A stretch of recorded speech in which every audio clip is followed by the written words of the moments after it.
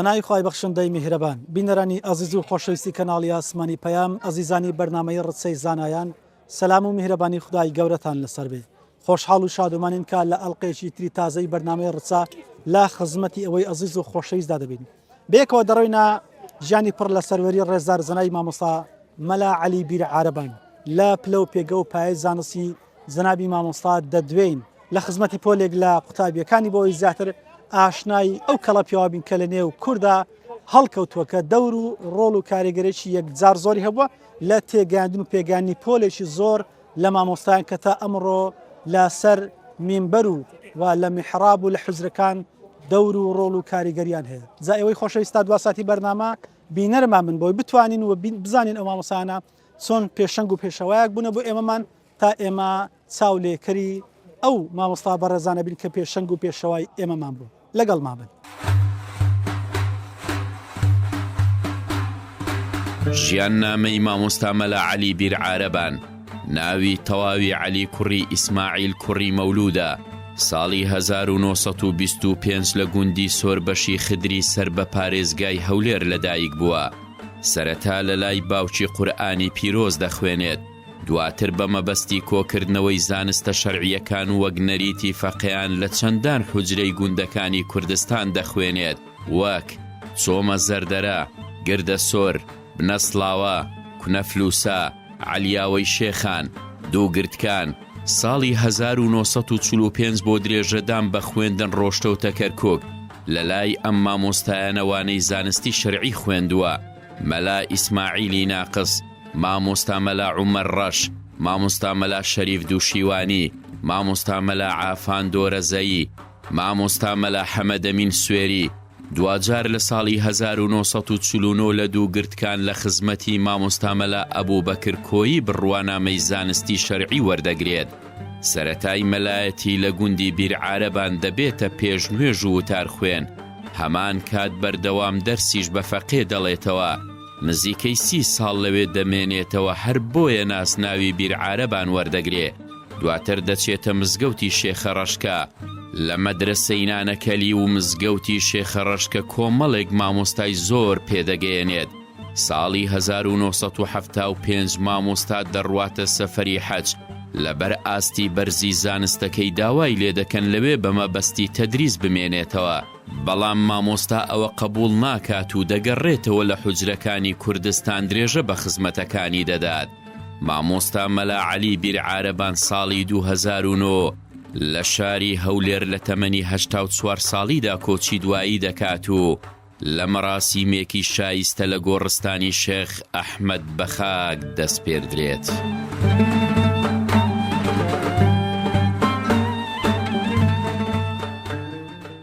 بەڵێ بینەرانی ئازوو خۆشەویستی ڕچەی زانایان دووبارە سەلام و میهرەبانی خوای گەورەتان لەسەر بێ خۆشەویستان لە دەستپێکی بەرنامە کورتەیەک لە ژیانی مامۆستای بەڕێزمان بیست درێژە دەدەین بۆ زیاتر ئاشنابوون لە ژیانی ئەو کەڵە پیاوە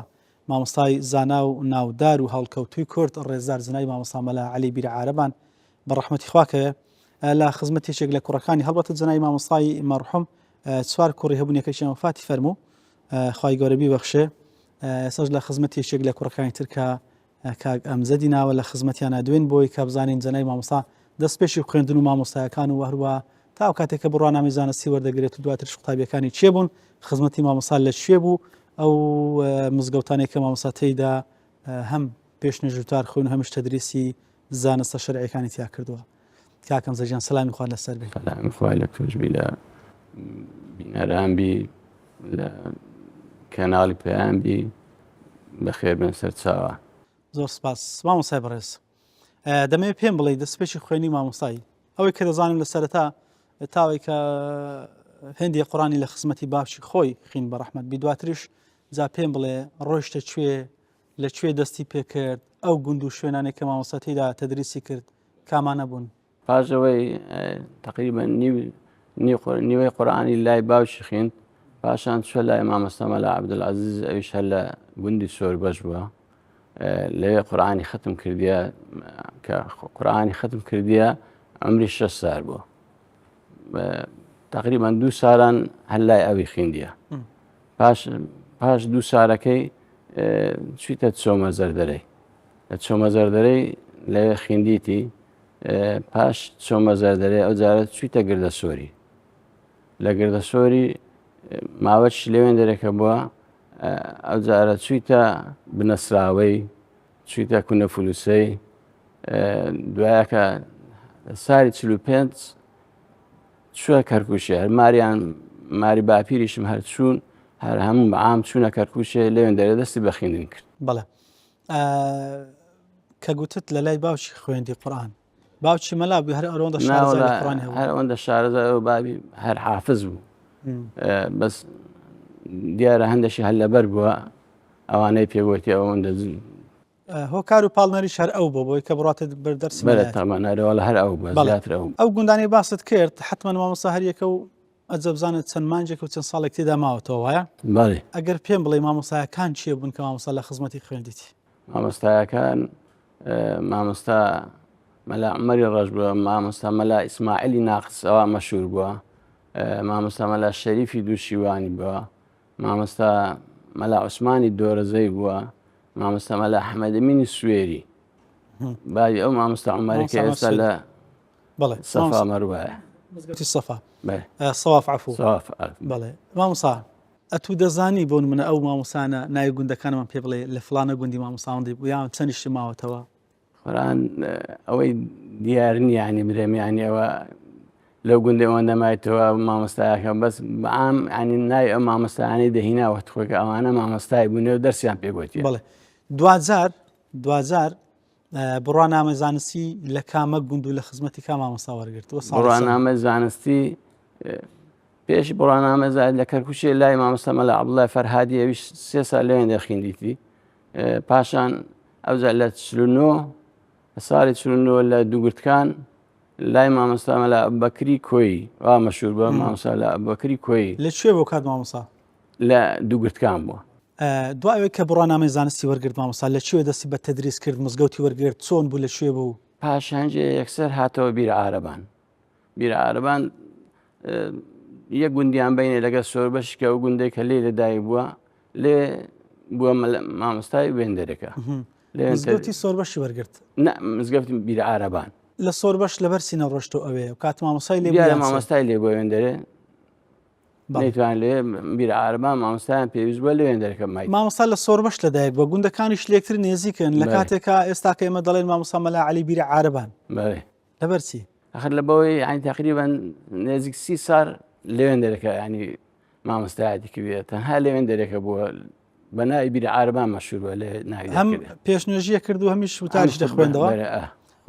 ئەدی تەدریسی هەبوو تەدریسی هەبوو هەتا 58 یعنی دەکات چەند تقریبا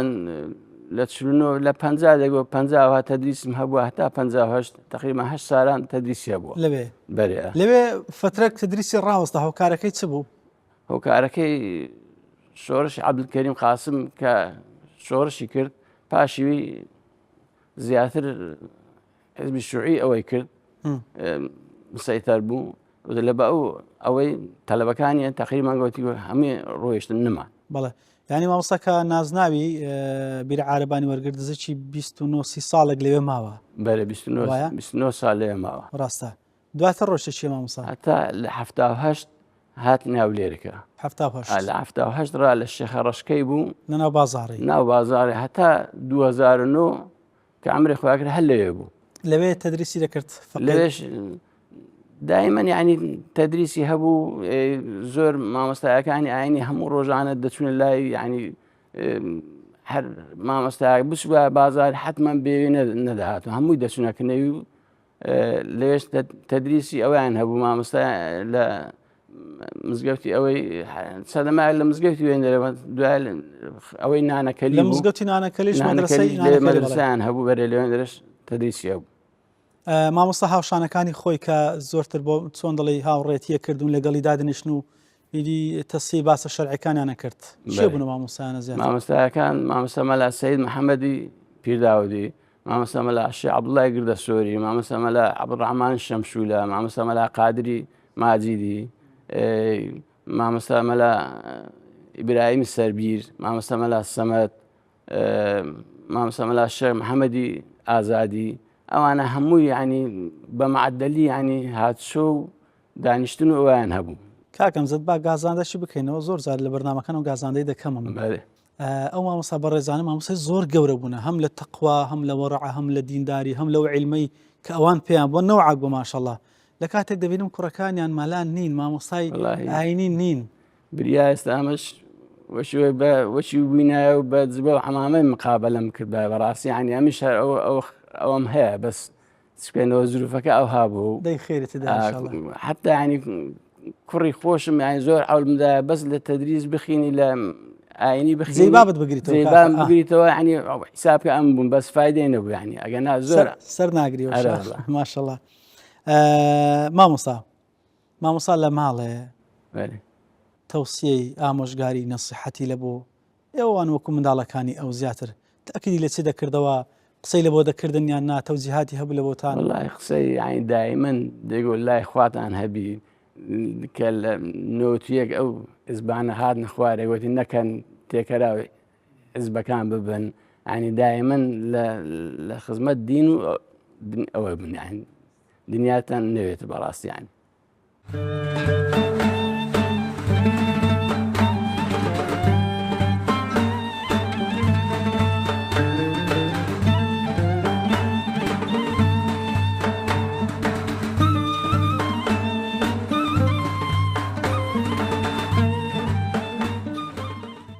بسم الله الرحمن الرحيم الحمد لله والصلاة والسلام على رسول الله وعلى آله وصحبه من والاه طبعا باسی ئەو زانایانە وەکو پێویست ناتوانانی حەقی خۆیان پێ بدەیت لەبەرەوەی ئینسانی زۆر گەورە بوون ئینسانی زۆر مخلیص و لە خواترز بوون زۆر زانا بوون کۆششیان زۆر بوو لە پێناو خزمەتکردنی ئەم دینە مامۆستا مەلا عەلی بیرعەرەبان نمونەک بوو لەو زانایە بەرزانەی کە بەڕاستی سوودێکی زۆرمان لێ وەرگرت ماوەی زیاتر لە ساڵێک لە خزمەتی بووین لە ساری 99 کۆمەڵێک زانستمان لە کن خوێن بە تایبەتی یعنی زانستی منطق ماشاء الله زۆر بە وردی ئەچۆ ناو یەکێک لەو کتێبانەی کە لەلایەن مامۆستامان خوێند کتێبی گەلەمبەری بورهان بوو بورهان کتێبی ئەلبورهان لە منطقدا کە کتێبێکە لە کۆتایی مادەکانی فەقیهاتی ئەخوێندرێەوە زۆر جار ئێستا ناخوێندرێت مامۆستا زۆر بە وردی ئەچۆ ناو بابەتەکە و زۆر سوودمان لێ وەرگرت زۆر شارەزا بوو ماشاء الله جازگە لەوەی مامۆستا مەلا عەلی وەکو مامۆستایەکانی دی وەکو ئەو جیلەی خۆی ینی ماندیبوونێکی ئەوهایان سەرف ئەکرد هیچ تەقسیر و کەمتەر خەمیان نەبوو لە دەرس گوتنەوە لە پابەندبوون بە کاتەکان یعنی لە ماندیبوون لەگەر قوتابیەکان لە تەمەنێکی گەورەی کە بێتاقەت بوو جاریوە هەبوو کاتێک کە دەرسی ئەگۆتەوە دیقەتمان نەکرێت تا دەرسەکەی کۆتایی دات هەندێک زاردا ئەنیش کتابەکەی بەدەستیەوە گرت دەرسەکەی شەرحە کرد ماندی ئەبوو پاڵی ئەداوە بالی فێچی خستە پشتی تۆزێک ئەوها پاڵی ئەداوە لەسەر پشت کتابەکەی ڕاگرت بوو تەماشایەک و دەرسی پێگۆتین جاریوە هەبوو لەسەر چۆک ئەوها کتابەکەی لەسەر دەستەکانیدا ئەناو دەستی لەسەر زەوی بوو یعنی ئەوها تەماشای ئەکرد خۆی ئاویشتە سەر چۆک و دەستەکانی تا بتوانی دەرسەکەی تەواو بکە ینی بە ئەنواعی شێوەی خۆی دەگۆڕی لە دانیشتن و پاڵدانەوە و هەتا ئەیتوانی خۆی ڕاگری دەرسەکەی تەواوکە بەڕاستی ئێستامە زۆر زار دەبینین مامۆستایەک لەوانەی نەخۆشی چکەمی هەبی ماندیبوونێکی هەبی لەوانەی دەرسەکەی ئیهمالەکە بەڵام مامۆستایانە لەگەر ئەو نەخۆشی و لەگەر ئەو بێتاقەتیشیان ئەو زەبەردەوام بوون لە دەرسگوتنەوە ئەوزاوی خلاصی کە هەیەیان بوو لە بۆ خۆی گەورە سوبحانەوە وتعالە ئەو مادە گەورانەیان دەگۆتەوە کە ئێستا لەوانەیە مامۆستایەکی زانکۆ بە پارەیەکی باش نەبی نایڵێتەوە بەڵام ئەوان بە بێ مقابل ئەو کتابانیان دەگۆتەوە کە تەنها ئەو مامۆستایانە نەبان خەڵشت کە هەر نەیان دەزانی ینی کەسێک لە مستەوایکی بەرز نەبی کۆمەڵی کتاب هەیە وەکو تەهذیب الکەلامە وەکو مەثەلەن گەلەمبەری بورهانە ئەم زۆرە کتابانە تەنها ئەو مامۆستایانە خیبڕەتی زۆریان هەبوو شارەزایەکی زۆریان هەبوو ئەیانتوانی بگەین بە قوتابیەکان زەبەڕاستی ئەم ماندیبوونە زۆرەی مامۆستا کە نیشانی ئەدا تەحملی ئەکرد لەو تەمەنە گەورەیدا لەگەر قوتابی ئەو مادە قورسانە بەڕاستی نمونەی ئەوە بوو کە ئێستا نابینەوە ئەو زۆرە نمونانە مامۆستایانی ئێستا دەبێت بەڕاستی سوود وەربگرن لەو ئیخلاص و لەو ماندیبوونەی ئەو مامۆستایانە سەرفیان کردیە مامۆستا جگە لەوەی کەوا ئەو ئیخلاصی هەبوو ئەو خۆماندیکردنە ئەو زە قسە خۆش بوو لەگەر تەڵەبەی زایەوە هەبوو ڕامان ئەگەر مەسەلەن پرسیارمان لێ ئەکرد ماندی ئەبوو لە جوابدانەوە بەڵام ڕەتی پرسیارەکەی نەکردو بڵێ وڵای ناتوانم یان بەردەوام بم بەڵکو دووبارەی ئەکردەوە ڕۆنی ئەکردەوە کە تا قوتابی بە زوانی لێ تێبگا زەبەڕاستی ئەو مامۆستایانە نمونەی گەورن کە ئێمە دەبی تەماشایان بکەین و لە بیریان نەکەین خودای گەورە قەبری پڕنور بکە ئینشاءالله و لە دواڕۆژ ئینشاءالله لەگەر زانایان و لەگەر پێغەمبەران و پیاوچاکان حەشری بکات ئینشاءالله لە بەهشتی پانوبەرین پێی شاد ببینەوە و بەشێکی لە بەرەکەتی ئەو مامۆستایانە خوای گەورە بەنسیب ئێمەش بکە ئینشاءالله تعالى.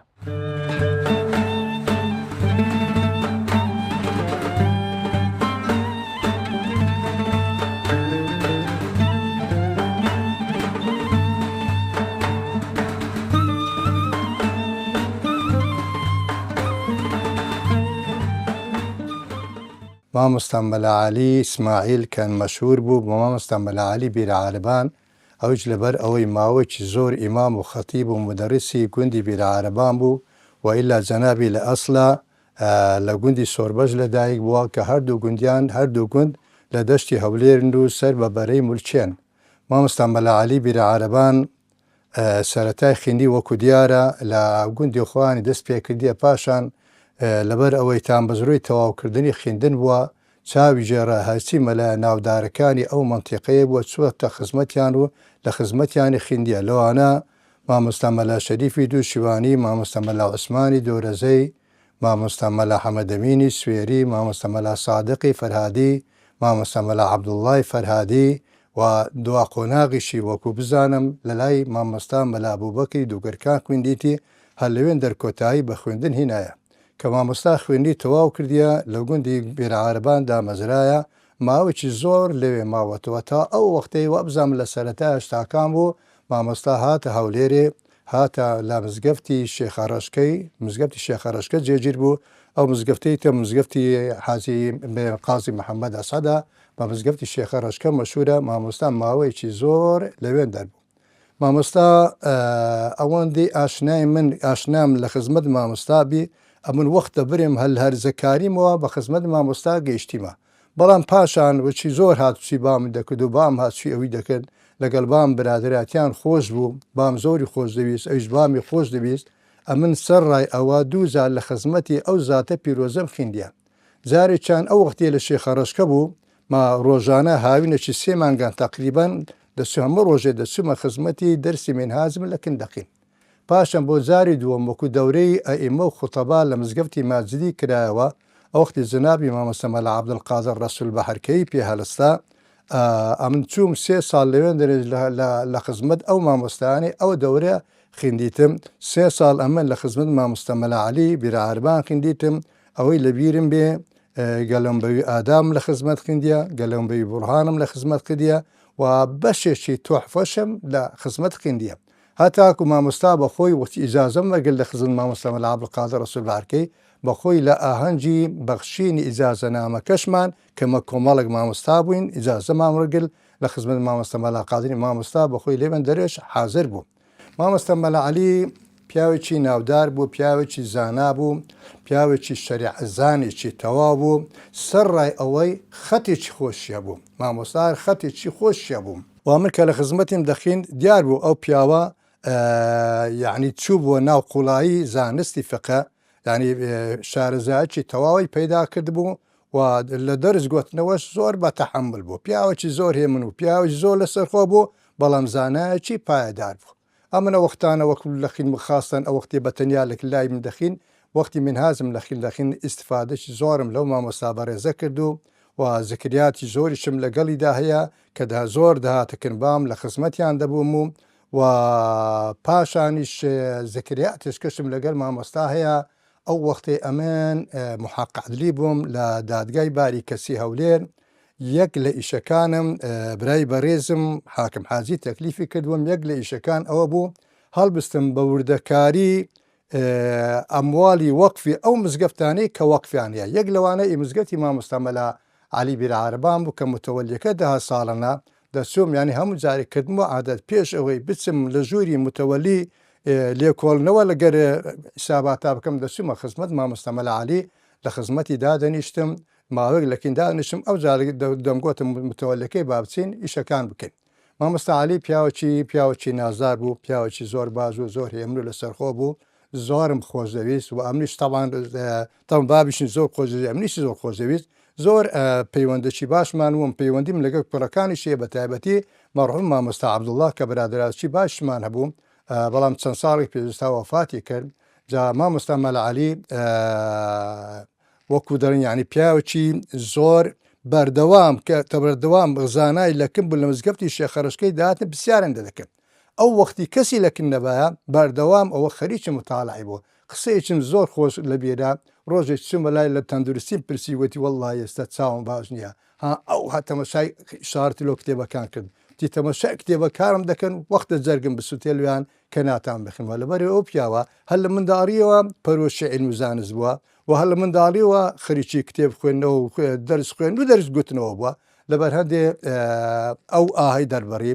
جا ئیشاڵە مامۆستا ئێستا قەبری پر لە نورە و ئیشاڵە مامۆستا تەبان سەدەقەیەکی جاری بەجێهێشتیە و لەبەر ئەوخوا دەپارڕینەوە خوای گەورە غەرقی بەر ڕەحمەتی خۆی بکاتن.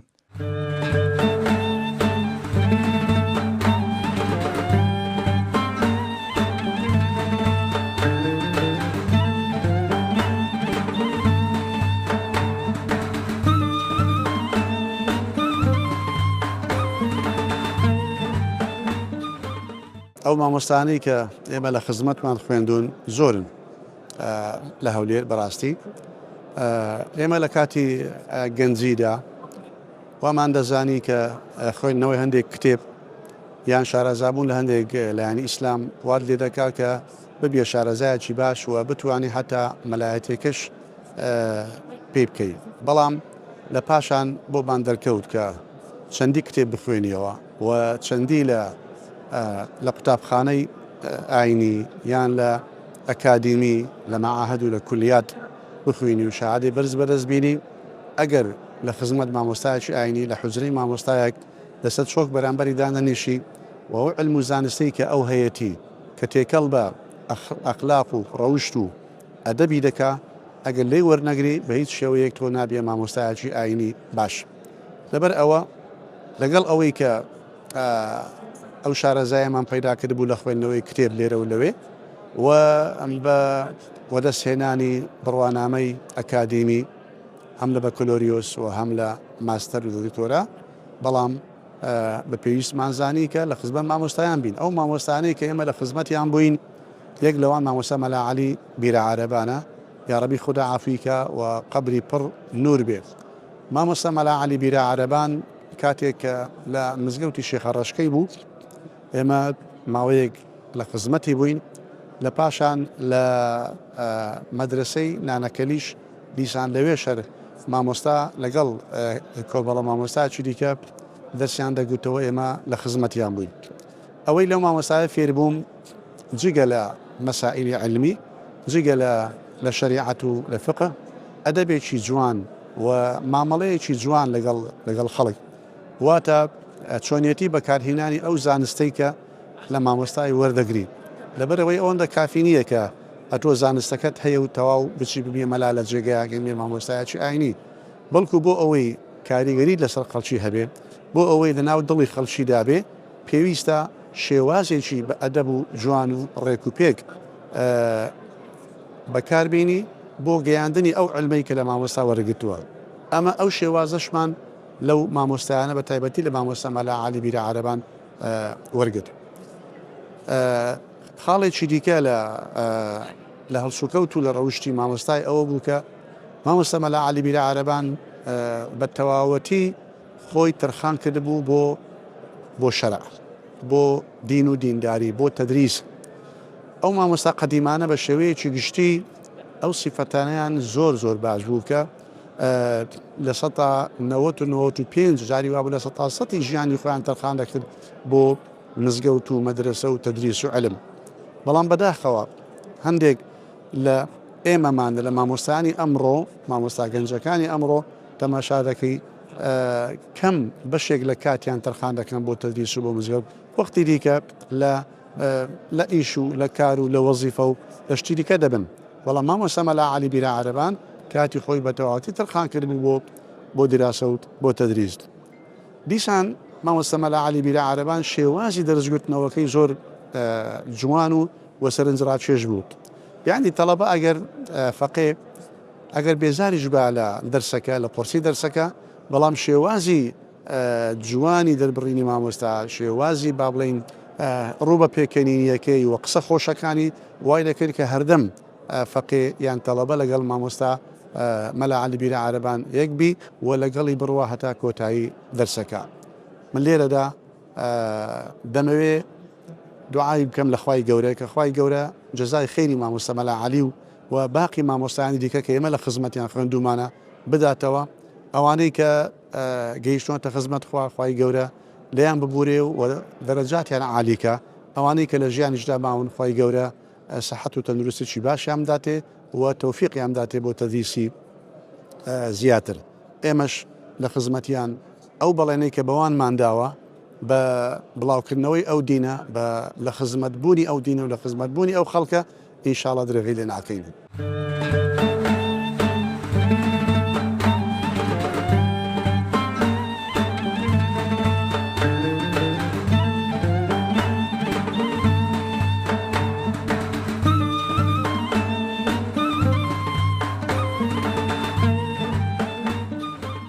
بسم الله الرحمن الرحيم الحمد لله والصلاة والسلام على رسول الله وعلى آله وأصحابه ومن والاه.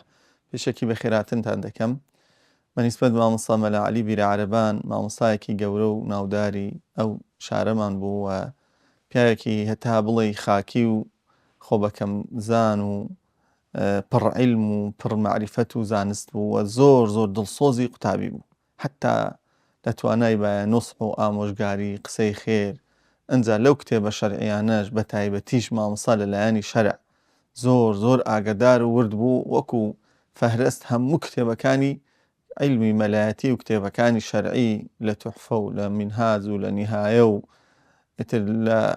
ئەو کتێبانەی کە بەردەستن بۆ فتوا لە مەزهەبی ئیمامی شافعی ئاگداری بوو، بێجگە لەوەش ئاگداری مەزهەبی حەنەفی و مەزهەبەکانی کەش لە زۆر مەسائیلدا ئاگدار بوو، بە تایبەتی لە مەسەلەی تەلاق و نیکاح. یەکەم جار کە من چوومە خزمەتی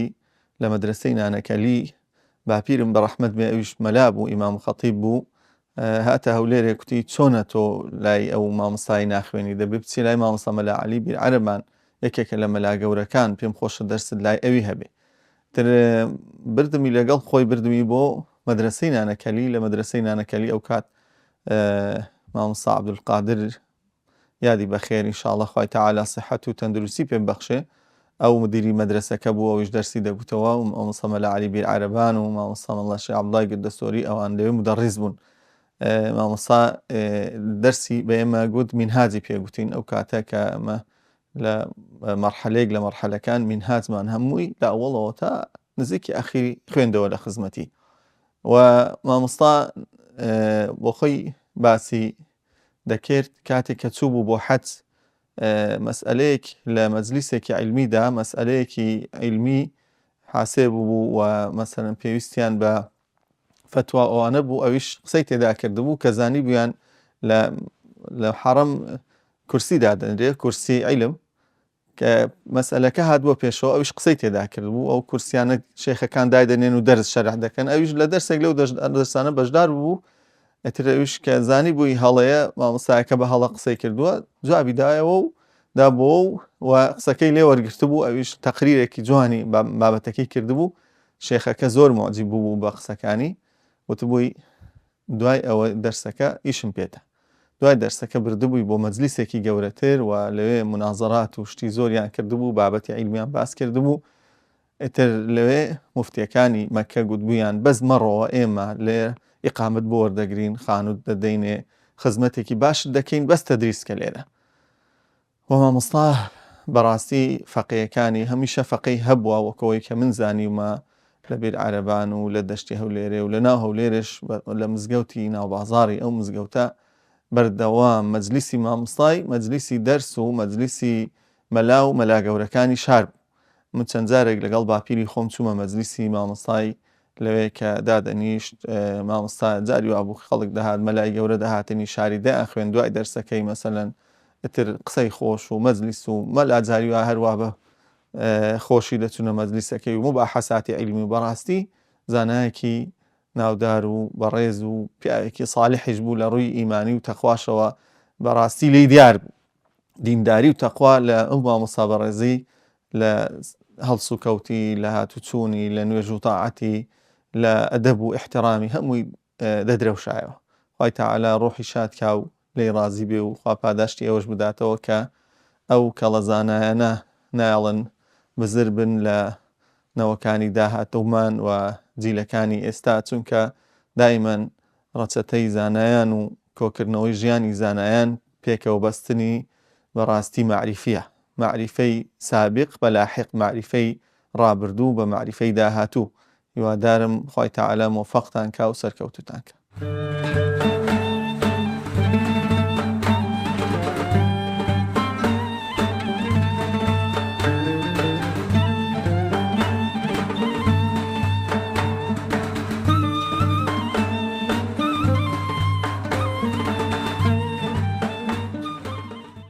دەربارەی بەڕێز مامۆستا مەلا عەلی،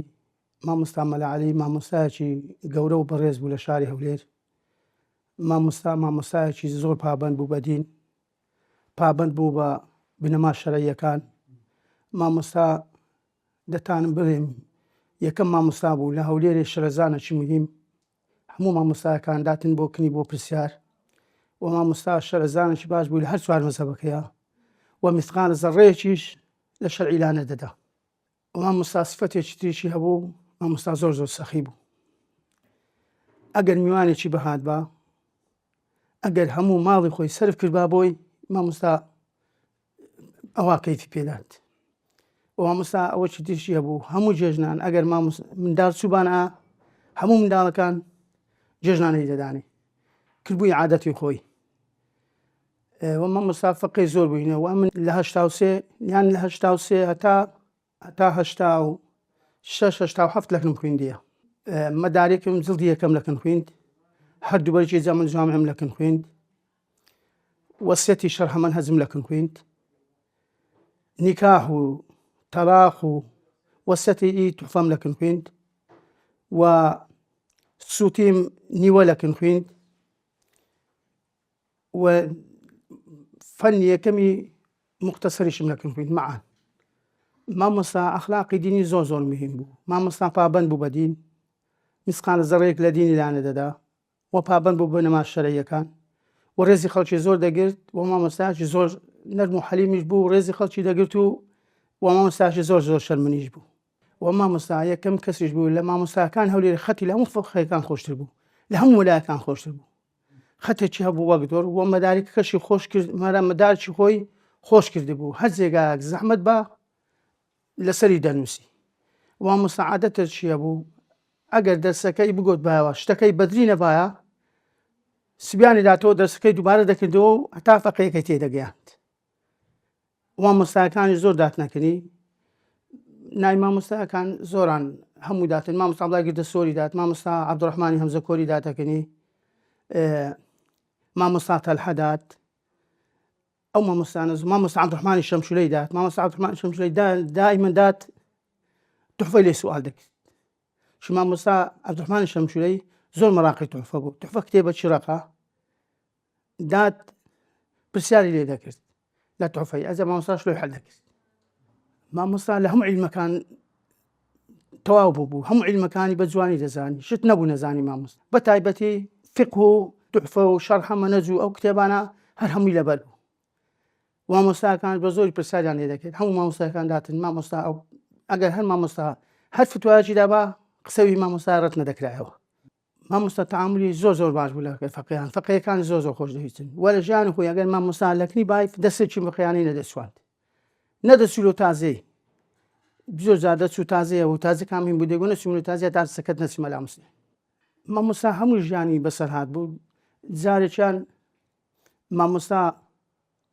شێخ عەبدولەتیف و مامۆستا ئەحمەدی ڕوشی هاتنەکردنی، نوورانە بۆ دەرسمان دەخوێن، دەسەکەی تێک نەدا، کە دەسەکەی تەواو بوو گوتی مەلا مسیح بڕۆ نانیان لۆ بینە، هەرچەند گوتیان نانەخۆن، گوتی وەڵڵاهی هەتا نانی نەخۆن نابلێرە بڕۆن.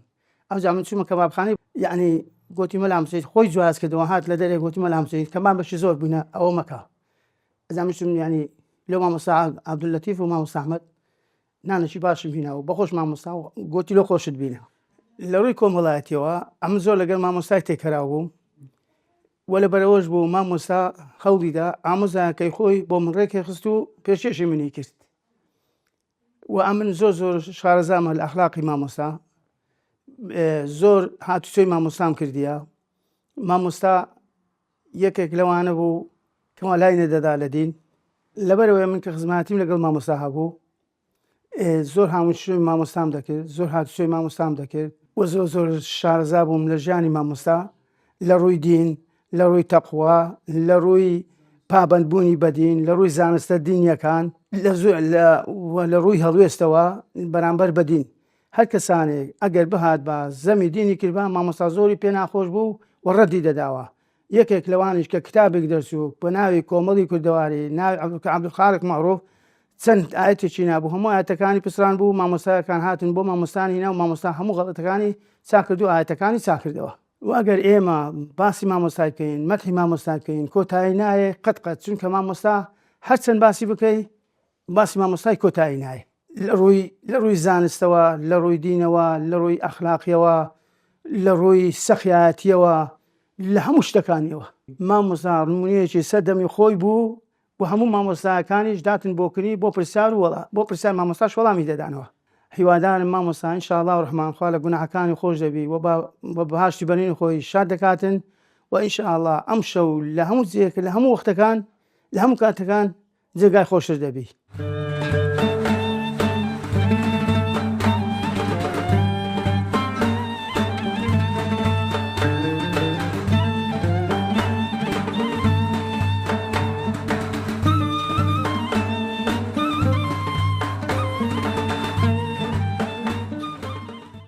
بسم الله الرحمن الرحيم الحمد لله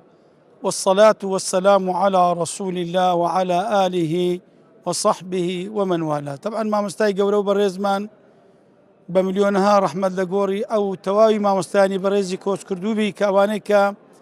ژیانیان مردنیان هەموو لە بۆ ئێمە دەرسە لە بۆ ئێمە وانەیەوانە بەڕاستی قوتابخانەك بووینە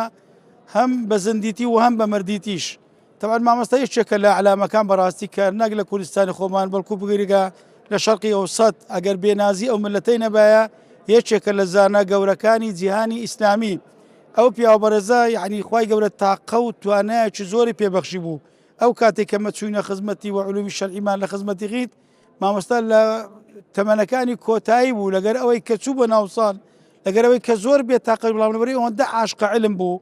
ئەوەندە عەزی لە خزمەتکردنی علم بوو دەیویست خەڵکێک پێ بگەین و تێبگەینی لە پاشڕۆژ وەکو خۆی بیان خاتە سەر ڕێگای خۆی بیان کا بە میلادگیری پێغەمبەر صلی الله علیه و سلم و لەو ڕێگاوە خزمەت بە دین و بە دنیای خەڵک و ئۆمەت و ملت بکەن. جا مامۆستا پیاوە بوو بەڕاستی لەگەر عیلمەکەی پارچەک بوو لە ئەخلاق پارچەک بوو لە ڕەوشت یعنی ئەمە کە لە خزمەتی دادەبووین یعنی بەر لەوەی لێ فێرە عیلمەکە بین بەڕاستی لێ فێرە ئەدەب دەبووین. مامۆستا زۆر کڕ بوو زۆر بێدەنگ بوو قەت قسەی نەدەکرد ئیلا ئەگەر پێویست نەبایەوە کە قسەکانیشی دەکرد قسەکانی بەڕاستی هەموو حکمت بوو یعنی ئەو سیفەتەی پێغەمبەری بەبیردێنێنەوە کە پێغەمبەر صلی الله علیه و سلم زۆربەی کاتەکانی بێدەنجی هەردەبژێت بەڵام کاتێک کە دەچوە ناو دەرس و دەرسی پێدەگوتین یعنی بەحرەک بوو لە عیلم ماشەڵڵا. یەک لە ئوستوبە جوانەی کەم بەڕاستی زۆرم ئیسفادە لێکرد کە لە کاتی دەرس گوتنەوە وانە گوتنەوە ئەوەیە کە مامۆستا کە عیبارەتەکانی دەخیندەوە لە بۆمان ئەو مەتنانێک کە لە خزمەتی بوون کەلیمە بە کەلیمە تەرجەمەی دەکرد ئینجا کە ڕستەیەکی بۆمان دەخیندەوە چەند جار بەسەدا دەتەوە کە لۆمان دەگوتەوە کە تەواومان دەکرد ئەو دەچۆ سەر کەلیمە و ڕستەیەکی تەمان ئەوەش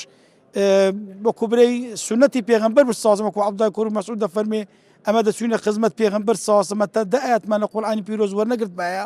ئەو دە ئاەتەمان ڕەوان نەکرد بایە لەبەرمان نەکرد بایە کارمان نەکرد بایە خەڵکمان لە فێر نەکرد بایە دە ئاەتمانێک بۆی ئەوان بەڕاستی بوونە قورئانی یعنی قورئانێک بوون لە زەوی دەڕۆشتن. ئەمەش لە خزم مامۆستای ئەبەو شێو بەڕاستی ئوستوبەکی زۆر جوان و نازیع بوو. ئەمە لە ژانی خۆم کە لە مەحەد و شوێن و تریش دەچم بۆتەوە و فەقێوشتیشمان هەبووە ئەو ئوستوبەی مامۆستای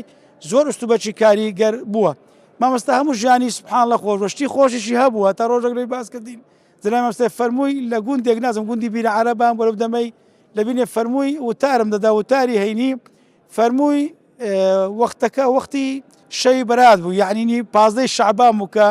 پازدەی شەعبان چەندین حەدیسی لەسەر هاتیە فەرمووی ئەمنیش دەبیرم کرد باسی شەوی قەدرم کرد شەوی قەدر خێر من ئەلفی شەڕ واوە تی ئەوەی لە خوارە بکوڕ گوتی مامۆستا ئەوە بەرات شەوی قەدر نیە زاگوتی مسلمانینە شەی بەراز بە شەوی قەدر گەورەیە، یعنی بەڕاستی زۆر پێکەنین دوایش مامۆستا بزانە لەگەرەوە عیلمەی و چۆن توانی لە ئاخری خوتبەکەی یعنی نەکو نەزرەی خراپ لە خەڵکێ دروست بیتن، بەڵام یەکە و شەرفەرمی ئەوەی کە باسم کە شەوی قەدرە، شەوی بەرازش بە شەوی قەدر زۆر زۆر گەورەیە. یعنی ئەمە یعنی زۆرش لەو پیاوە بەڕێزەی فێربوون بەڕاستی وەکو باوچێک لەگەر ئێمە مامەڵەی دەکرد، دەستی بە سەرماندا دەینا، زۆر تەشجیعی دەکردین، یعنی ئەو پیاوە بەڕێزە دەستی بەڕدێنی من داینە و ڕدێنی منی ماس کردیان. یعنی ئەگەر ئەو محەبەتێک و خۆشێک نەبی لە بۆ سونەتی پێغەمبەر صلی الله علیه و سلم ئەوەی هیچ کەسێک ئەوەی بەرامبەر هیچ کەسەکی ناکە کە چووینە خزمەتی ویستیتی لەبەرمانەستە تۆمە لێ نەگەڕاینە، یعنی لەبەرەوەی چۆن مەلایکەت تەرحیب و بەخێراتنی ئەهلی عیلم دەکا، یعنی بە هەمان شێوە جا بەڕاستی مامۆستا ژیانی هەمووی عیبرەتە، ئەمە دەستخۆشی لە جەنابتان دەکەین لە ڕێ ئەو بەرنامەی جەنابتان کە الحەمدولillah ئەو علام و ئەو کەسایەتیە جوان و نازدارانە کە بە خەڵکی دەناسێن بۆ ئەوەی خەڵک بزانن لەناو ملەتێکدانە کە لە پیاوی وامانیان پێویستمان بە خەڵکی دۆڕا و خەڵکی ساقت بیکەین نمونەی مارومدارەکانمان بە دەستخۆشیمانەوە جەنابتانەوە دوعای بەخێریش لە مامۆستای کۆچ کرد و منداڵەکانی دەکەن کە تەواوی مامۆستایان.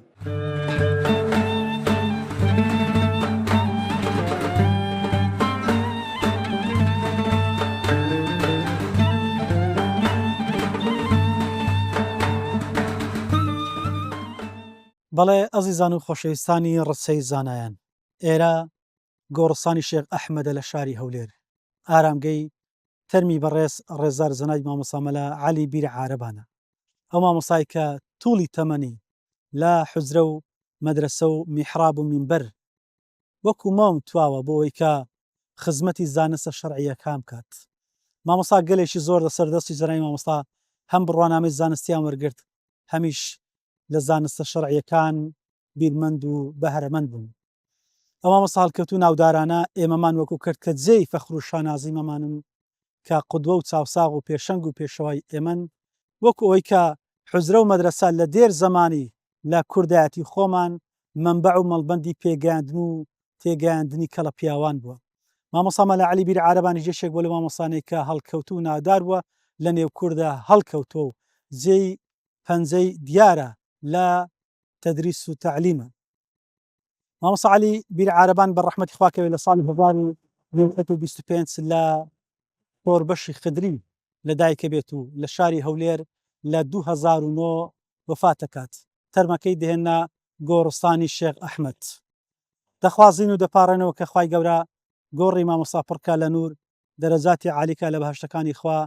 تەمەنی منداڵ و قوتابیەکانی پڕ لە خێر و بەرەکەت کات، بۆ ئێمەش ببێتە مەدرسە و ببێتە پێشەنگ و چاو لێکەریەک لە تووڵی تەمەنی جەنابی مامۆستای مەرحومە. سوپاسی ئەوەی ئەزیز و خۆشەویستەکەین تا ئێستا بە دیار بەرنامەکەمان دانیشتون، هیوادارین کە سوودگەلێکی زۆرمان لێ بینێ بێ لە سیرەتی زەنای مامۆستا لە زمانی قوتابی بەڕێزەکانی. تا بێگەیشتنەوە بەخوای گەورەتان ئەسپێرم، خوداتان لەگەڵ.